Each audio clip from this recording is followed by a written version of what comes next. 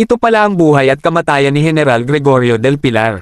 Si Gregorio del Pilar, isa sa mga pinakaromantikong figure sa kasaysayan ng Pilipinas at ang pinakabatang general sa hukbong revolusyonaryo, ay isinilang sa San Jose, Bulacan noong ika-14 ng Nobyembre taong 1875.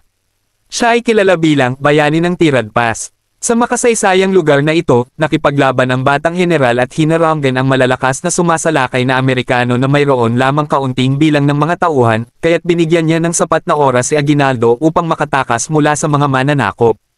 Si Gregorio del Pilar ay naglaro ng mahalagang papel sa katipunan. Siya ay inilunsad sa lipunan ng mga revolusyonaryong matataas na opisyal ng Bulacan, Anacleto Enriquez, Doroteo Caragdag, Vicente Enriquez, Manuel Garcia at Ricardo Martin. Ang seremonya ng paglunsad ay ginanap sa sitio kababa ng baryo San Nicolas, Bulacan, Bulacan. Si Gregorio del Pilar ay nag-aral sa Ateneo de Manila at nanirahan kasama ang kanyang tiyuhin.